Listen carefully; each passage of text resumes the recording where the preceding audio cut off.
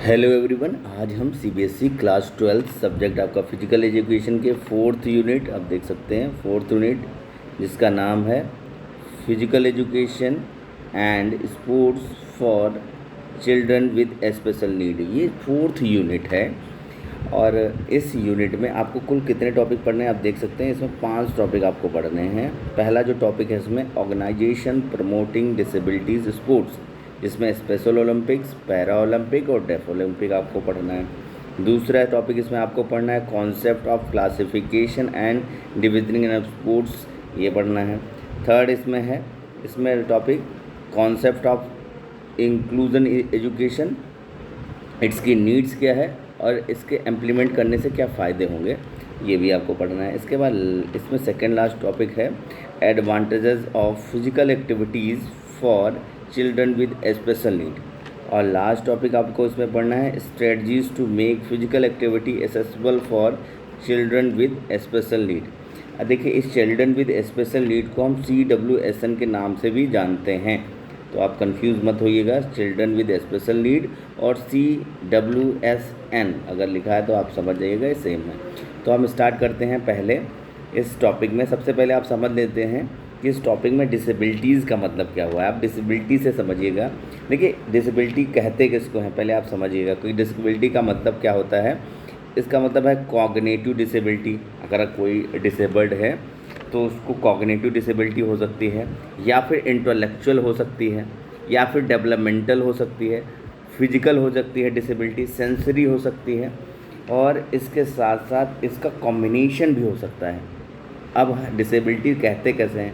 अच्छा देखिए, एक चीज़ समझिएगा, डिसेबिलिटी अगर हम बोलते हैं एबिलिटी, तो एबिलिटी का मतलब होता है क्षमता, और डिसेबिलिटी जहाँ पे जुड़ गया तो अक्षमता। तो इसको ऐसे समझिए, disability is a medical condition, एक मेडिकल कंडीशन है disability, which does not permit an individual to perform any activity और movement in a normal way. देखा जाए तो जो डिसेबिलिटी है यानी अक्षमता है, इसमें होता क्या है कि कोई व्यक्ति किसी भी एक्टिविटी को नॉर्मल वे में नहीं कर पाता है, नॉर्मल वे में नहीं कर पाता है। जैसे नॉर्मल बच्चे, नॉर्मल लोग कर पाते हैं किसी वर्क को, वो जिनको डिसेबिलिटी हो जाती है वो नॉर्मल वे से कोई एक्टिविटी नहीं कर सकते।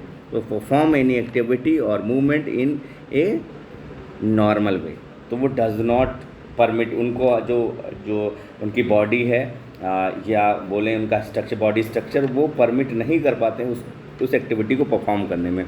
तो इस चैप्टर में डिसेबिलिटीज़ को प्रमोट करने के लिए, यानी कि देखा जाए तो विकलांगता, जो विकलांग है, असक्षम है, उनको कौन से गेम, ये किस गेम के लिए बढ़ावा दे सकें, हम किस गेम को उनके लिए स्पेशली डिज़ाइन कर सकें ताकि वो खेल सकें। बस आप ये समझिए कि डिसेबिलिटीज़ जिनको है, जिसको डिसेबिलिटीज़ है, उनके लिए कौन कौन से गेम ऑर्गेनाइज़ किए जा सकते हैं। तो इसमें से कुछ गेम्स इसमें हैं, जैसे कि आप देख सकते हैं। सबसे पहले आप जाएंगे पैरा ओलंपिक गेम्स की तरफ। देखिए, पैरा ओलंपिक नाम है इसका, पैरा ओलंपिक गेम आप यहाँ पे देख सकते हैं, इसका नाम है पैरा ओलंपिक। पहला ये देखिए, पहला गेम है जिसका नाम है पैरा ओलंपिक। देखिए, पैरा ओलंपिक गेम स्टार्ट हुआ 1960, कहाँ पे हुआ, रोम, इटली। ठीक है, तो आपको क्लियर होगा कि पैरा ओलंपिक गेम्स कहाँ पे स्टार्ट हुआ, 1960 में। अब इसका जो स्टार्ट करने का जो दिया जाता है कि सबसे पहले किसने इसको स्टार्ट किया, तो सर, इनका नाम था सर लुटविन गुटमन, सर गुटविन लुटमन। तो फर्स्ट वन थे जिन्होंने बहुत सारा एफर्ट लगाने के बाद ये गेम स्टार्ट हुआ। इस गेम में क्या होता है कि वो लोग पार्टिसिपेट कर सकते हैं जो डिसेबल्ड है ना, वो ऐसे लोग जो डिसेबल्ड हैं, डिसेबिलिटीज़ के शिकार हैं, वो ऐसे लोग इसमें पार्टिसिपेट कर सकते हैं। अच्छा, इसमें कौन कौन से, यानी उनके, ये देखिए इसका ये लोगो भी है, पैरा ओलंपिक कमेटी का लोगो, ये पूछा गया है। देखिए, इसमें 3 कलर हैं इस लोगो में, पैरा ओलंपिक के लोगो में। देखिए, एक रेड है आप देख सकते हैं, दूसरा ब्लू है और थर्ड ग्रीन है। ठीक है, तो ये लुटविन गुडमन हैं जिन्होंने इसको स्टार्ट किया था 1960 में। ये पूछे गया क्वेश्चन है, फादर ऑफ पैरा ओलंपिक, तो यहाँ पे आप लिखे हैं लुटविन गुडमन। ठीक है, अब हम बढ़ते हैं तो कौन व्यक्ति इसमें पार्टिसिपेट कर सकता है। देखिए, यहाँ पे मैंने थोड़ा सा और इसको शॉर्ट्स में बनाने की कोशिश की है। जैसे इसका पैरा ओलंपिक का क्या मोटो है। देखिए मोटो क्या है, स्पिरिट इन मोशन, देख सकते हैं आप, स्पिरिट इन मोशन। ठीक है, स्पिरिट इन मोशन अगर मैं इसका मतलब बताऊं आपको, तो इसका मतलब है गति में आत्मा, यानी गति में आत्मा, यानी गति आपको मूवमेंट करनी। साथ साथ इससे पहले यानी 1994 में इसका जो मोटो था वो था माइंड, बॉडी और स्पिरिट, 3 चीज़ें थी। ठीक है, तो पैरा ओलंपिक की गवर्निंग कौन सी बॉडी है, तो गवर्निंग बॉडी है इंटरनेशनल पैरा ओलंपिक कमेटी। ठीक है, इसका हेडक्वार्टर कहाँ पे है, बोन, जर्मनी। ठीक है, बोन, जर्मनी, आप देख सकते हैं। तो ये कुछ मैंने पॉइंट आपको बताया। अब मैंने बताया था इसमें कौन कौन से लोग इसमें पार्टिसिपेट कर सकते हैं। देखिए कौन कौन से एथलीट आ सकते हैं।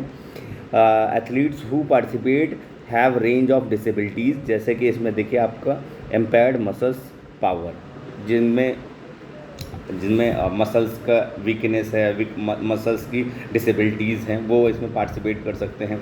विज़न इम्पेयरमेंट, जिनको दिखाई कम देता है, इंटेलेक्चुअल, बौद्धिक अक्षमता हो, है ना, तो इस तरीके के लोग इसमें पार्टिसिपेट कर सकते हैं। तो इसके साथ साथ मैंने कुछ और भी बताया, जैसे कि मैंने अभी बताया था कि जिससे लॉस ऑफ लिम्ब हो चुका किसी का, यानी किसी का अंग खो चुका, वो भी इसमें पार्टिसिपेट कर सकता है ऐसे कामों में। लॉस ऑफ लिम्ब लिया, लिम्ब डिफिशिएंसी हो, लेग लेंथ डिफरेंसेस हो, दोनों के पैर, मतलब एक पैर ज़्यादा छोटा हो, एक पैर बड़ा हो, इस तरीके के लेग डिफरेंसेस हों अगर, तो पोर्टफोलियो में आपने देखा होगा ऐसे डिफरेंसेस देखने को मिलते हैं, तो वो जो है लोग पार्टिसिपेट कर सकते हैं। इसके साथ साथ देखिए शॉर्ट स्ट्रक्चर किसी का हो, बौने लोग, जैसे आपने देखा होगा बॉडी थोड़ी सी ज़्यादा छोटी हो जाती है, तो ऐसे लोग इसमें पैरा ओलंपिक में पार्टिसिपेट कर सकते हैं। इसके बाद हम पैरा ओलंपिक में कौन कौन से गेम मतलब ऑर्गेनाइज़ किए गए हैं अभी तक, तो देख सकते हैं आप, आर्चरी है ना, पैरा एथलेटिक्स, ऐसे गेम, साइकिलिंग, फुटबॉल है ना, volleyball, para swimming, table tennis, इस तरीके से बहुत सारे गेम्स इसमें 2020 टोक्यो ओलंपिक में, पैरा ओलंपिक में इवेंट्स हुए हैं। तो बहुत सारे इवेंट्स हुए हैं। देखिए अब आगे बढ़ते हैं इंडिया में, इंडिया की क्या श्रेणी रही है इन टोक्यो ओलंपिक में। मैं आपको बताऊं कि बहुत ही हर्ष की बात है कि हमारे देश ने भी टोक्यो पैरा ओलंपिक में पार्टिसिपेट किया। इसमें से 5 गोल्ड, आप देख सकते हैं ये 5 गोल्ड मिल चुके हैं भारत को। 5 गोल्ड के साथ सिल्वर भी मिले हैं। यहाँ पे सिल्वर की संख्या है 8 सिल्वर मिल चुके हैं और 9 ब्रॉन्ज मेडल, यानी थर्ड पोजीशन 9। इस तरीके से इसको आप देख सकते हैं। आगे की तरफ बढ़ें, स्पेशल ओलंपिक की बात कर लेते हैं। व्हाट इज़ स्पेशल ओलंपिक और किसने स्पेशल ओलंपिक स्टार्ट किया, तो ये एक पिक्चर आप देख सकते हैं। ये इनका नाम है यूनिस कैंड्री श्राइवर।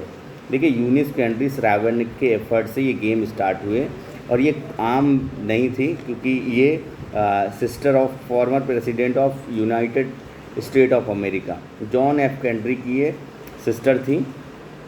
यानी जॉन एफ कैंड्री जो थे यूनाइटेड स्टेट ऑफ अमेरिका के प्रेसिडेंट थे, उस समय राष्ट्रपति थे, उनकी ये सिस्टर थी यूनिस कैंड्री श्राइवर। इनके अथक प्रयास के बाद ये गेम स्टार्ट हुए।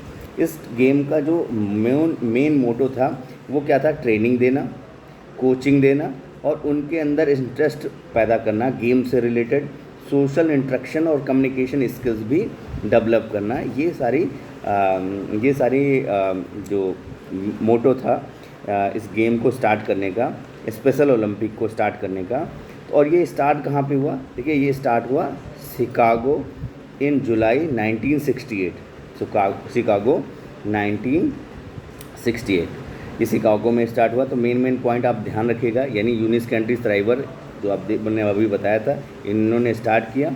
कहाँ पे स्टार्ट हुआ, शिकागो में स्टार्ट हुआ 1968 में। ये जो स्पेशल ओलंपिक है ये ट्रेनिंग देना साथ साथ कोचिंग देना और उनके अंदर स्पोर्ट्स स्किल्स को डेवलप करने या स्पोर्ट्स इंटरेस्ट को डेवलप करने का भी काम करा।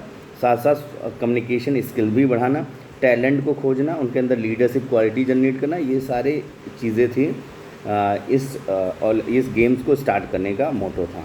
ठीक है, आगे देखते हैं। भारत में भी ये स्टार्ट किया गया, तो इसका नाम रखा गया स्पेशल ओलंपिक भारत के नाम से, SOB स्पेशल ओलंपिक भारत 2001 देख सकते हैं।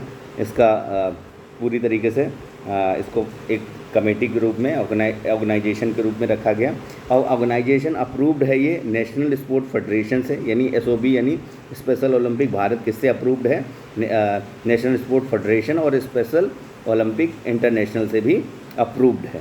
ठीक है, ये इंटेलेक्चुअल जो पर्सन है इनके लिए है, जो डिसेबल्ड लोग हैं इनके लिए ये कमेटी वर्क करती है। गेम्स का स्वरूप गेम्स के रूप में उनको दे। ये देखिए ये लोगो है, इसमें आप देख सकते हैं इस लोगो में जो 3 हैंड्स हैं वो बाहर की तरफ हैं, ऐसे 3 हैंड्स, और अगले 3 हैंड दूसरे की तरफ है, एक सर्किल नुमा में है। ठीक है, तो ये क्वेश्चन पूछे गए हैं इसमें सिंबल्स, तो सिंबल आप याद रखिएगा। और इसके बाद डेफ ओलंपिक्स। डेफ का मतलब होता है जिनको सुनाई ना दे, कितना कम सुनाई दे। देखिए यही मोटो है, यही समझना है आपको इस टॉपिक में कि डेफ ओलंपिक में कितना कम सुनाई दे तो वो पार्टिसिपेट कर सकता है। देखिए आप सभी को पता है कि इसमें जो पार्टिसिपेशन करने के लिए मेन है वो डेफ होना ज़रूरी है, उसका बहरा होना ज़रूरी है। तो वो कितना बहरा हो, देखिए यहाँ पे साफ लिखा है, athlete who have the a hearing loss of at least 55 decibel in their better ear are allowed to participate in deaf Olympic. Deaf Olympic में वो पार्टिसिपेट कर सकता है जिसका 55 डेसिबल हेयरिंग लॉस हो चुका हो। ठीक है, वही पार्टिसिपेट कर सकता है। थोड़ा सा अब इसकी हिस्ट्री के बारे में जान लेते हैं कि ये गेम्स कैसे कैसे आगे बढ़ा। देखिए आपको बताएं कि सबसे पहले ये गेम स्टार्ट हुए 1924 में। 1924 में पेरिस फ्रांस में ये गेम्स स्टार्ट हुए, देख सकते हैं आप। ठीक है, 1924 में। अब ये जो गेम स्टार्ट हुए ना, तो इस गेम में सबसे पहले आप देख लीजिए केवल 9 कंट्रीज़ में पार्टिसिपेट करने आई, और 9 कंट्रीज़ के 148 एथलीट ही पार्टिसिपेट किए। ठीक है, तो पहली बार 9 कंट्रीज़ ने पार्टिसिपेट किया और 148 एथलीट्स ने पार्टिसिपेट किया। ठीक है, इस इवेंट में। तो पहले जब ये गेम स्टार्ट हुआ तो संख्या कम थी देशों की। अच्छा, देखिए यहाँ पे समझिएगा, इसका कुछ नाम भी उस समय रखा गया। देखिए इसका नाम था 1924 में, यानी जो अब डेफ ओलंपिक है, पहले इसका नाम था international games for def, international game for डम। कभी कभी इसको बुलाया गया साइलेंट गेम, यानी इंटरनेशनल साइलेंट गेम्स के नाम से भी जाना गया। 1966 से 1999 तक इसका नाम रखा गया वर्ल्ड गेम फॉर डेफ। ठीक है, लास्ट में और कभी कभी ये भी बोला गया वर्ल्ड साइलेंट गेम्स, जैसा देख सकते हैं इंटरनेशनल साइलेंट गेम्स के नाम से भी जाना गया। 2001 में इसका नाम रियल चेंज किया गया, जो अभी भी चल रहा है, डेफ ओलंपिक।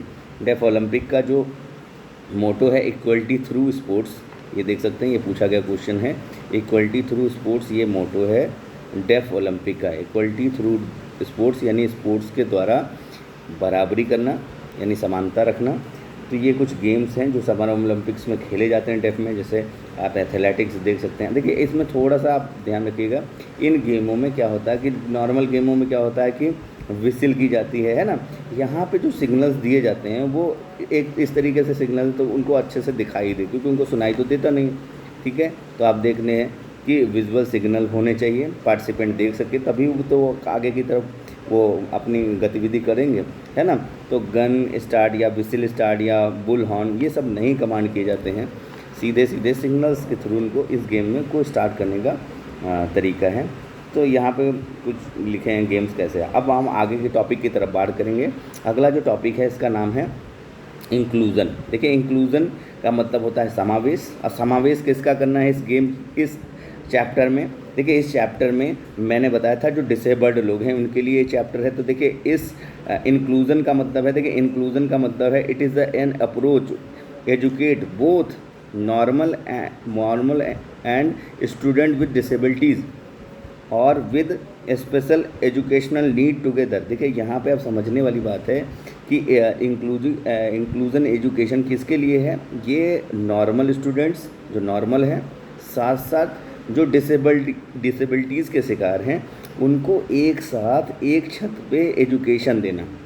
ठीक है, साथ साथ एजुकेशन देना ताकि उनके अंदर लर्निंग कैपेसिटी और बढ़ सके। कि हम नॉर्मल बच्चों के साथ जो डिसेबल्ड हैं उनको नॉर्मल बच्चों के साथ स्टडी कराने के फ़ायदे बहुत सारे हैं, कि वो नॉर्मल बच्चों की नॉर्मल बच्चों के साथ रहेंगे तो उनमें एक स्पेस बनाने की उनके अंदर एक इच्छा रहेगी कि हम साथ में कैसे स्टडी करते हैं। देखिए इसके साथ साथ देखिए यहाँ पे और भी चीज़ें लिखी हैं। देखिए inclusive education means normal students, देखिए आप सब क्लियर हो जाएगा।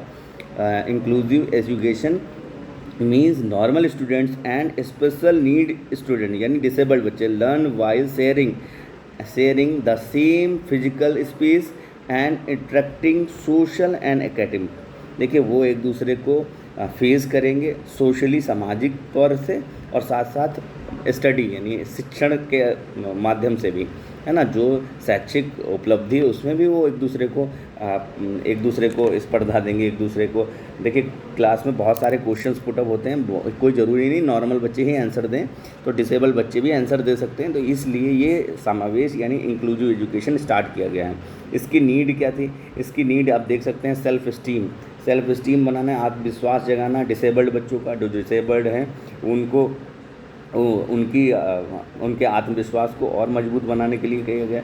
साथ साथ उनका बेटर सोशल स्किल्स उनके अंदर होगी, समाज से कैसे बात किया जाए, कम्युनिकेशन स्किल उनकी और अच्छी होगी, सोशल स्किल भी स्ट्रांग होगी। तो ये जो कुछ नीड्स हैं इसलिए इनको रखा गया। और एक महत्वपूर्ण पॉइंट इसमें ये भी है, देख सकते हैं आप, वीकनेस। देखिए यहाँ पे लिखा है, यहाँ पे the for better understanding of strength and weakness और स्ट्रेंथ दोनों जान सकते हैं हम किसी डिसेबल्ड बच्चे की क्या वीकनेस है, क्या स्ट्रेंथ है, वो हम जान सकते हैं। तो ये ज़रूरी है कि इंक्लूसिव एजुकेशन की नीड इसीलिए ज़रूरी है। हायर एकेडमिक अचीवमेंट, ऐसा भी हो सकता है, देखा गया स्टडी में भी बहुत सारी कि कभी कभी क्या होता है कि जो डिसेबल्ड हैं वो हायर एकेडमिक अचीवमेंट पा पाते हैं, यानी उच्च शैक्षिक उपलब्धि पा सकते हैं जब ऐसी कंडीशन में होते हैं। जब देखते हैं कि सारे बच्चे नॉर्मल हैं, हम डिसेबल्ड हैं, तो जो हमारी अक्षमता है वो शारीरिक हो सकती है लेकिन बौद्धिक नहीं। हम बुद्धि से उनको हरा सकते हैं, अपनी ज्ञान से उनको हरा सकते हैं। ठीक है, इसको इम्प्लीमेंट कैसे किया जाए? देखिए इम्प्लीमेंट करने के लिए देखिए कैसे किया जाए, इंक्लूसिव एजुकेशन को कैसे किया जाए। देखिए आपको पता होगा कि ये ऐसा कॉन्सेप्ट है जिसमें टीचर्स को ज़रूरी है कि प्लान करें कि कैसे स्टूडेंट्स के माइंड और उनकी एबिलिटीज़ को स्टडी किया जाए और उनके एबिलिटीज़ के अकॉर्डिंग उनको एक्टिविटीज़ में इन्वॉल्व किया जाए, उनको इंगेज किया जाए। साथ साथ उनको एक ऐसा लेसन दे जिसमें वो इंगेज हों नॉर्मल बच्चों के साथ, है ना। तो ऐसी एक्टिविटीज़ भी बहुत ज़रूरी हैं। साथ साथ देखिए इसमें देखिए और भी बहुत सारे इम्प्लीमेंट करने के लिए सुझाव हैं, जैसे कि the students should feel that they have somebody to speak.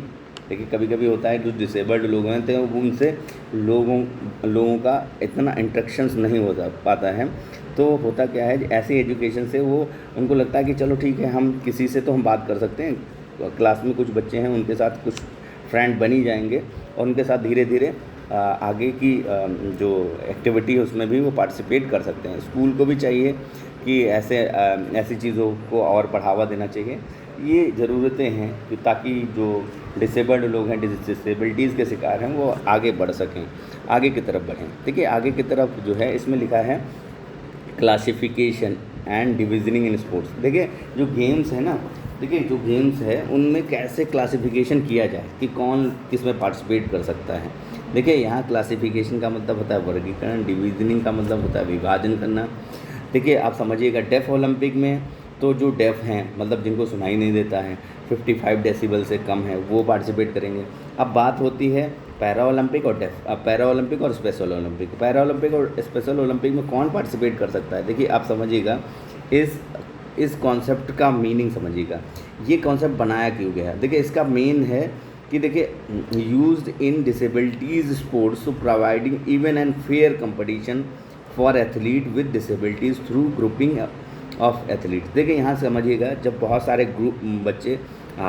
Disabled लोग आते हैं तो उनका जो ग्रुप होता है उसको डिवीज़न किया जाता है क्लासिफिकेशन में, और उसका वर्गीकरण करके कि वो उसके अंदर कितनी स्किल है या कितनी अक्षमता है, उसका क्या एज ग्रुप है ना, उसकी एबिलिटीज़ क्या हैं, उसका डिविजनिंग किया जाता है। इसी डिविजनिंग को लेके ये टॉपिक बता रहा है कि देखिए क्लासिफिकेशन ऑफ पैरा ओलंपिक में किस प्रकार से क्लासिफिकेशन किया जाता है, पैरा ओलंपिक में किस प्रकार से क्लासिफिकेशन किया जाता है।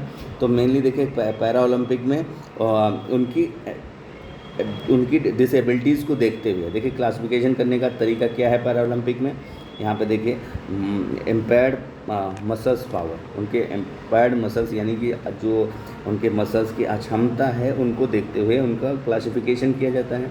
इसके बाद देखिए पैसिव रेंज ऑफ मूवमेंट, उनका रेंज कितना है, मूवमेंट कैसा है, ठीक है, उसको देखते हुए इनका क्लासिफिकेशन किया जाता है, उनको वर्गीकरण किया जाता है। इसके साथ साथ देखिए लेग लेंथ डिफरेंसेस कैसा है उसको देखते हुए, लॉस ऑफ लिम्ब इनको देखते हुए, शॉर्ट स्ट्रक्चर इसको देखते हुए इस तरीके से इनको डिवीज़न किया जाता है, क्लासिफिकेशन किया जाता है। इस पर देखिए स्पेशल ओलंपिक में किस प्रकार से, स्पेशल ओलंपिक में जो डिविजनिंग का प्रोसेस है उसमें देखिए एज की कैटेगरी में देखिए अगर टीम गेम हो रही है तो उसमें अंडर 15, 16 to 21, 22 एंड उससे एबव। अगर इंडिविजुअल हो रहा है वो प्लेयर खुद ही खेल रहा है, स्वयं में खेल रहा है, तो उसके 8 से 11 में उसका डिविजनिंग हो सकता है। 12 से 15 सालों में डिविजनिंग किया जाता है, यानी ऐसे बच्चे रखे जाते हैं जिनकी एज इसके बीच में हो, 12 से 15, 16 से 21, इसके बाद देखिए 22 से 29, 30 और इसके ऊपर। तो इस तरीके से डिवीज़न किया जाता है। साथ साथ जेंडर, यहाँ पर देखिए जेंडर के अकॉर्डिंग यानी मेल और फीमेल कर सकते हैं या फिर एक कंबाइन भी कर सकते हैं। यानी कि जो डिसेबल्ड हैं स्पेशल ओलंपिक में क्या किया जाता है कि उनके जेंडर के अकॉर्डिंग यानी मेल फीमेल को अलग अलग किया जाता है या फिर कंबाइन करके भी हम एक्टिविटी को परफॉर्म करा सकते हैं। इसके बाद उनकी एबिलिटीज़ के अकॉर्डिंग स्कोर करते देखते हुए उनको उनका क्लासिफिकेशन या बोलें कि डिविजनिंग किया जाता है। आगे की तरफ बढ़ेंगे। अगला जो टॉपिक है, टॉपिक बहुत इजी है। देखिए टॉपिक का नाम आप लोग देख सकते हैं, advantages of physical activities for CWSN children with special need. देखिए एडवांटेजेस पूछा है, क्या एडवांटेजेस हैं अगर कोई डिसेबल्ड या बोलें जिसको डिसेबिलिटीज़ हैं, डिसेबल्ड है, उसको अगर फिजिकल एक्टिविटी कराई जाए तो क्या बेनिफिट होंगे। देखिए बहुत अच्छा टॉपिक है, टॉपिक को समझिएगा, आप बस समझ जाएंगे तो इस टॉपिक को लिखना बहुत ही आसान होगा। इसमें कह रहा है कि advantages of physical activity for CWSN, क्या एडवांटेजेस हैं फिजिकल एक्टिविटी के CWSN के लिए, जो डिसेबल्ड लोग हैं उनके लिए। तो वो फिज़िकली फ़िट होंगे, पहले समझिए वो फिज़िकली फ़िट होंगे। जाहिर सी बात है कि अगर कोई डिसेबल्ड व्यक्ति ऐसी फिजिकल एक्टिविटी करेगा तो वो फिज़िकली फ़िट होना शुरू हो जाएगा, है ना। उसकी एबिलिटी जो भी है उसमें वो कंट्रोल वेल हेल्थ की तरफ बढ़ने लगेगा।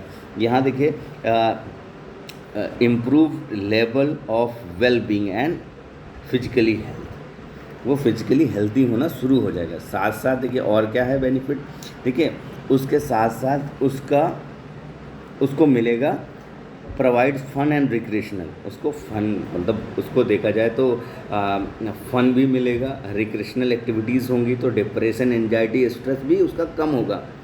ऐसी एक्टिविटीज़ क्या होती हैं, ऐसी एक्टिविटीज़ यानी फिजिकल एक्टिविटी कराने के एक फ़ायदे हैं जो डिसेबल्ड लोगों को हम कराते हैं, नॉर्मल लोगों को भी यही देखा गया है कि जब हम फिजिकल एक्टिविटी, स्टडी में आया कि फिजिकल एक्टिविटी कराते हैं to help to reduce stress, anxiety and depression level in disabled children. इसके बाद उनकी सोशल एबिलिटीज़ भी इम्प्रूव होती है। अगर वो फिजिकल एक्टिविटीज़ की बात करें, फिजिकल एक्टिविटी करने से क्या फ़ायदे हैं, एक फ़ायदा ये भी है कि उनकी सोशल एबिलिटीज़ भी इम्प्रूव होती हैं, यानी सोशल इंटरेक्शन उनका बढ़ता है।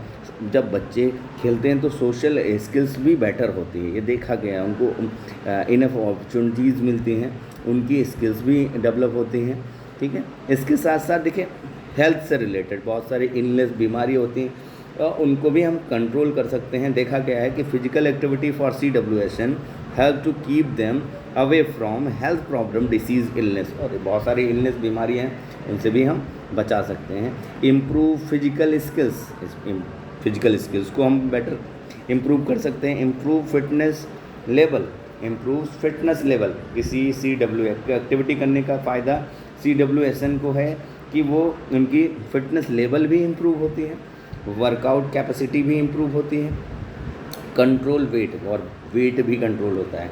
वो ओबेसिटी के शिकार होने लगते हैं, तो अगर फिजिकल एक्टिविटी करेंगे तो उनका वेट कंट्रोल में रहेगा। इसके बाद देखिए, इसके बाद इसमें लास्ट जो टॉपिक है strategies to make physical activity accessible for, यहाँ पर देख सकते हैं एसेसिबल फॉर CWSN, यानी कोई ऐसी स्ट्रेटजी बनानी है आपको जो CWSN बच्चे हैं, जो डिसेबल बच्चे हैं, उनको एसेसिबल हो सके। यानी ऐसी एक्टिविटी आपको बनानी है जो डिसेबल्ड हैं उनके लिए एसेसिबल हो जाए, यानी वो अच्छे से खेल सकें, उसको वो परफॉर्म कर सकें। देखिए ऐसी स्ट्रेटजी बनाने के लिए सबसे पहले आपको उन बच्चों का मेडिकल चेकअप होना ज़रूरी है, ताकि उनकी डिसेबिलिटीज़ पता चल सके। ठीक है, प्रॉपर मेडिकल चेकअप हो, पता चले कि वो कितने डिसेबल्ड हैं। इसके बाद हम क्या कर सकते हैं, रूल्स बना सकते हैं। इक्विपमेंट्स कैसे होने चाहिए, मॉडिफाइड्स कैसे होने चाहिए। अगर हम देखा जाए तो डिसेबल्ड लोगों के लिए जो इक्विपमेंट्स हों वो मॉडिफाइड हों। ठीक है, जैसे कि मान लीजिए फॉर एग्ज़ाम्पल कोई व्यक्ति छोटी हाइट का है, तो इसके इक्विपमेंट, अगर वो क्रिकेट खेलना चाहता है तो उसके इक्विपमेंट यानी बैट अगर देखा जाए तो उसका एक बैट जो है उस हाइट में नहीं होना चाहिए जो नॉर्मल लोगों के लिए एक्चुअली होता है। तो मॉडिफाइड डिज़ाइन करना चाहिए, स्पेशली डिज़ाइंड होना चाहिए, मॉडिफाइड होना चाहिए, इंडिविजुअल। और देखा जाए तो हर व्यक्ति का अलग अलग, यानी जितने डिसेबल्ड लोग हैं उनका देखा जाए जो इक्विपमेंट्स होना चाहिए वो मॉडिफाइड होने चाहिए उन्हीं डिसेबिलिटीज़ के अकॉर्डिंग। इसके बाद रूल्स कैसे होने चाहिए, सिंपल्स रूल्स होने चाहिए। ये नहीं कि जो नॉर्मल लोगों के लिए रूल हैं वही डिसेबल्ड लोगों, तो ऐसे रूल होने चाहिए जो ईज़िली वो उस गेम्स को अडॉप्ट कर सकें, उस एक गेम को खेल सकें। ठीक है, मोटिवेटेड टू पार्टिसिपेट ईजिली।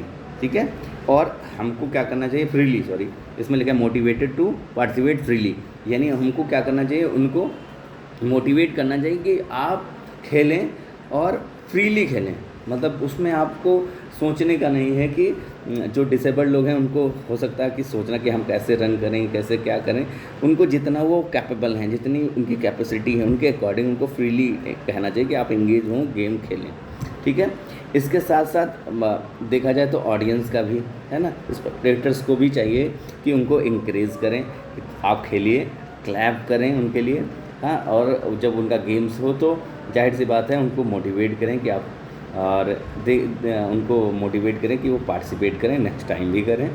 ठीक है, इसके साथ साथ एक लास्ट इसमें मैं और बता दूं, फ्री स्पेस भी मिलना चाहिए उनको, है ना। ऐसा होना चाहिए कि उनके पास स्पेस हो ताकि वो अपनी बातें शेयर कर सकें, बता सकें, और साथ साथ गेम्स के दौरान भी ऐसा ही हो कि वो अपनी बातें अच्छे से बता सकें। गेम्स के दौरान अपनी जो पार्टनर हैं उनके साथ उनका इंट्रैक्शंस या गेम्स की एक्टिविटी में उनको फ्री स्पेस मिले ताकि वो एक्टिविटी को अच्छे से परफॉर्म कर सकें। ठीक है, तो इस टॉपिक का PDF आपको वीडियो के डिस्क्रिप्शन बॉक्स में मिल जाएगा, आप वहाँ से डाउनलोड कर लीजिएगा।